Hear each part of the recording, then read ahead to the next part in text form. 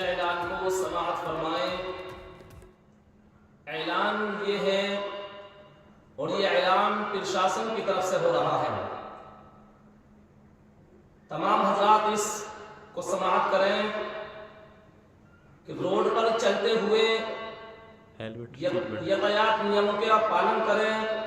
यानी अगर आप मोटरसाइकिल चला रहे हैं तो हेलमेट ओढ़कर मोटरसाइकिल चलाएं, और अगर आप मारुति चला रहे हैं तो आप सीट बेल्ट का जरूर ख्याल रखें, सीट बेल्ट बांध लें। और साथ ही कोई भी हजरात दारू शराब पीकर जो है वही बस्ती वाले इस ऐलान को समाअत फरमाएं। ऐलान ये है और ये ऐलान प्रशासन की तरफ से हो रहा है। तमाम हजरात इसको समाअत करें कि रोड पर चलते हुए यातायात नियमों के आप पालन करें।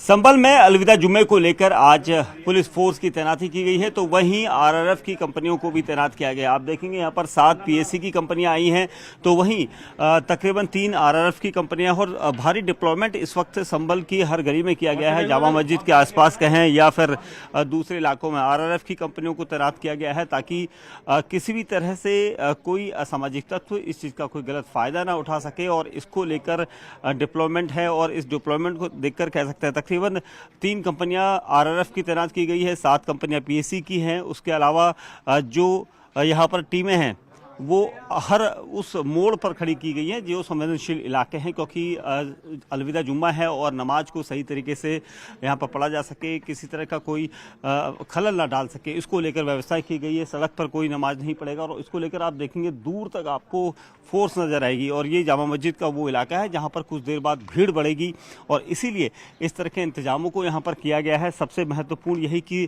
प्रशासन की कोशिश यही है कि पूरे माहौल को शांतिपूर्ण तरीके से किया जाए। लोगों से अपील की गई है कि सड़कों पर नमाज ना पढ़ें। जो धर्मगुरु हैं, मुस्लिम धर्मगुरु हैं, उनसे कहलवाया गया है, उनसे अपील की गई है उनके द्वारा कि लोग किसी भी तरह के फर्जी या फेक मैसेजेस पर ध्यान ना दें। किसी तरह के अफवाहों को लेकर यहाँ पर पुलिस ने भी नज़र रखनी शुरू कर दी है, क्योंकि कोशिश उनकी यही है कि यहाँ पर किसी तरह की अफवाह ना हो और सब जो माहौल हो शांतिपूर्ण माहौल में सुरक्षित तरीके से अलविदा जुम्मे की नमाज को पढ़ा जा सके।